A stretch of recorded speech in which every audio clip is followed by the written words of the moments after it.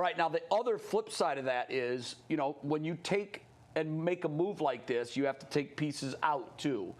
And I'm not so concerned about the on-floor losses that they get with Niang being gone and with LeVert being gone.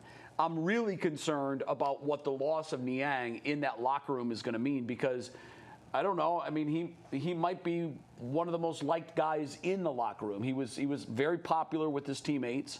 Just go back to when Garland hit the shot to beat Detroit the other night. He was the one going craziest. And now in 12 hours, his life has turned upside down. He's playing in Atlanta and not Cleveland anymore.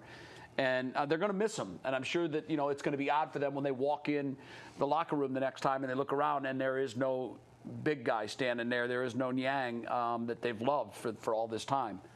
What is that? Are you guys as concerned about that chemistry as I am? Well, no, I'm not as much as concerned with the chemistry, because they had a lot of good, solid character people in the locker room, from Jared Allen to Mobley. All of them are really humble. Donovan Mitchell, even though he's the leader of the team and he's the superstar that they have, he's really a humble guy, says all the right things, supports everybody.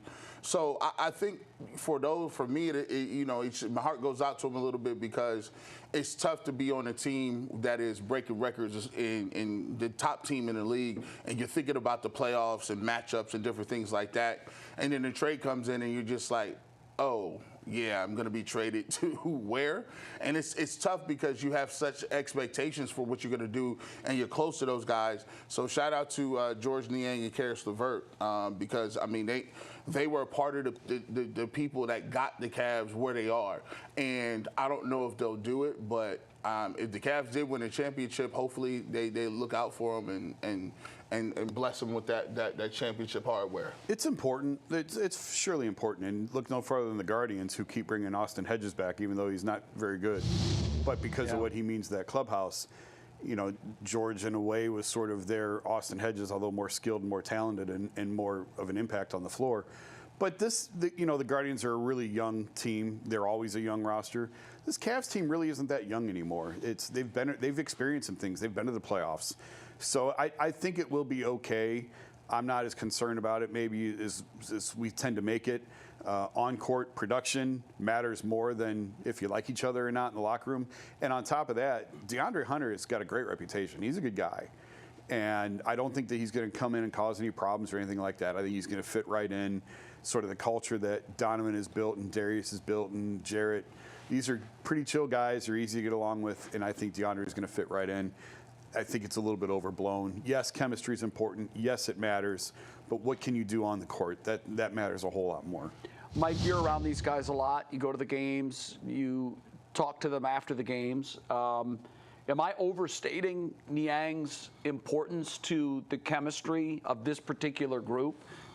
I feel like he's one of the most beloved players on the team amongst his teammates. Is that overstating it? No, I don't think it's overstating it. I tweeted it yesterday, and I'll double down on it. But I think if you were to make a Mount Rushmore of best teammates in basketball, right now Georges Niang's on that list. Wow. And it does hurt to lose him. Jason's right, though. At the end of the day, chemistry helps. And this team still will have good chemistry without those two.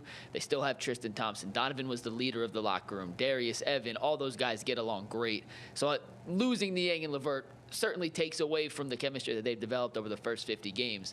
But DeAndre Hunter is going to walk into this locker room with some already built-in connections to guys like Ty Jerome. Yeah. And in the last 20 minutes, DeAndre Hunter put out a Thank You Atlanta Instagram post. Wow. Very heartful thank you. I appreciate it. I grew up here.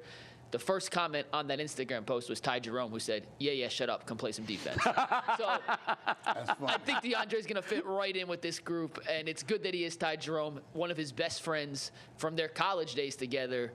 It was going to help him assimilate. And it does stink to lose George and Caris, but they still have a lot of really good locker room guys in that locker room, so I don't think it's going to be disrupted too much. And we talked on the YouTube show earlier about how this trade hit all the nails. You know, they got their stretch forward they needed. They get under the luxury tax.